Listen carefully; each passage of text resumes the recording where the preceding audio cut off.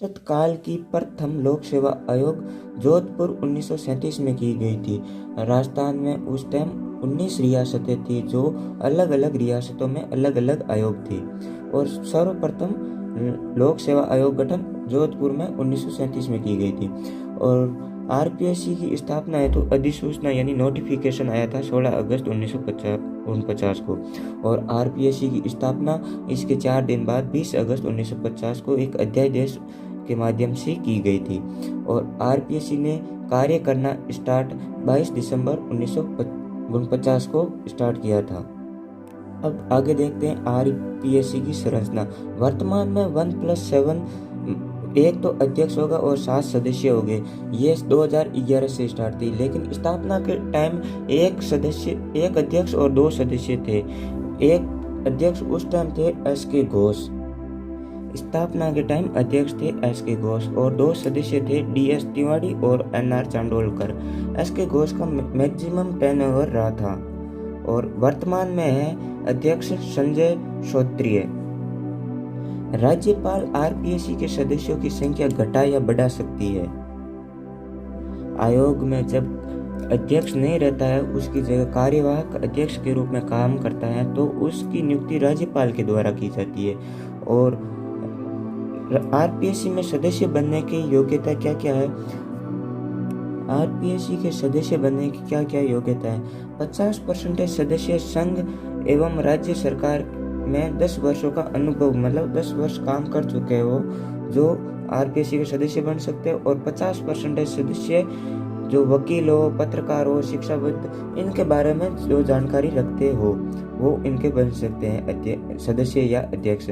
RPSC का कार्यालय अजमेर में है, जो 1 नवंबर 1956 को सत्यनारायण राव समिति की सिफारिश पर जयपुर से अजमेर स्थानांतरण कर दिया गया था।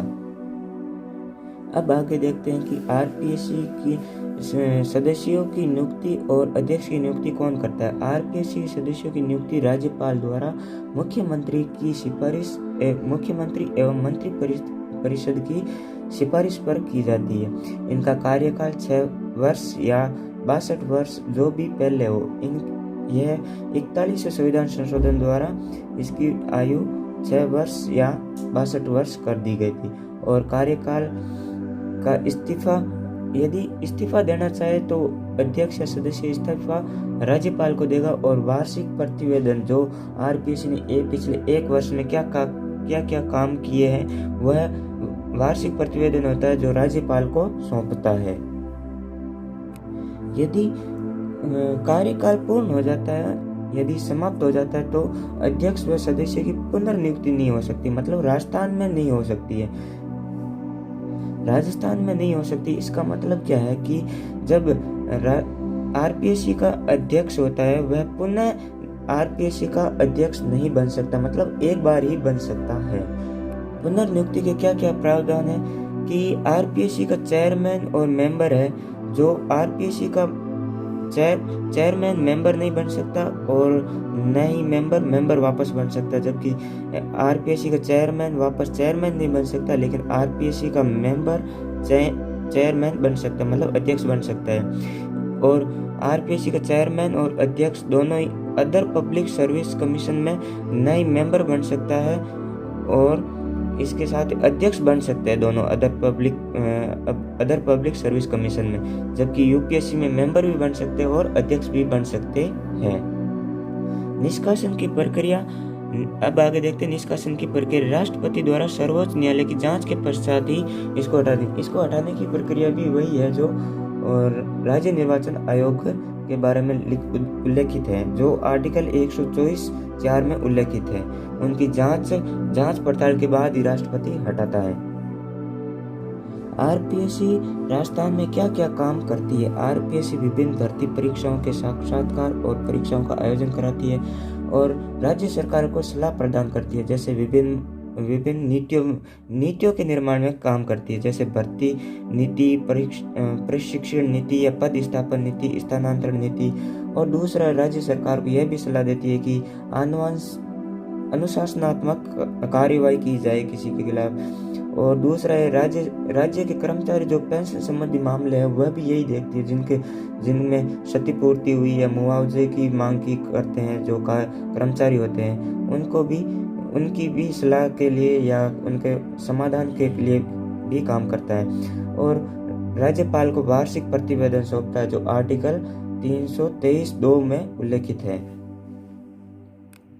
अभी पढ़ा आरपीएससी ने क्या क्या काम करती है, लेकिन आरपीएससी इन मामलों में सरकार को कोई भी सलाह या कुछ भी नीति के लिए काम नहीं करती। जैसे राज्य में कितने कर्मचारी काम कर रहे हैं, उनका स्थानांतरण किस प्रकार से किया जाना चाहिए, और राज्य में कोई नई लोक सेवा का सर्जन या नई लोक सेवा का निर्माण करना है, वह आरपीएससी कोई सलाह प्रदान नहीं करती। जैसे पदों का वर्गीकरण भी नहीं बताती है और सेवाओं का आवंटन किस प्रकार से किया जाना है, यह भी आरपीएससी राज्य सरकार को कोई सलाह प्रदान नहीं करती इस मामलों में। और इसके साथ हम आगे बढ़ते हैं संयुक्त लोक सेवा आयोग जो दो राज्यों की एक संयुक्त लोक सेवा हो सकती है। जैसे 1966 में पंजाब हरियाणा के लिए बनाई गई थी, जिसका प्रावधान आर्टिकल 315(2) में उल्लेखित है। इनकी नियुक्ति और इस्तीफा और निलंबन और निष्कासन की प्रक्रिया सब राष्ट्रपति के द्वारा की जाती है।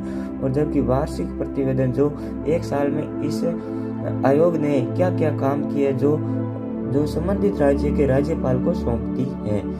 और आज हमने एक संवैधानिक आयोग पढ़ा था, राजस्थान लोक सेवा आयोग।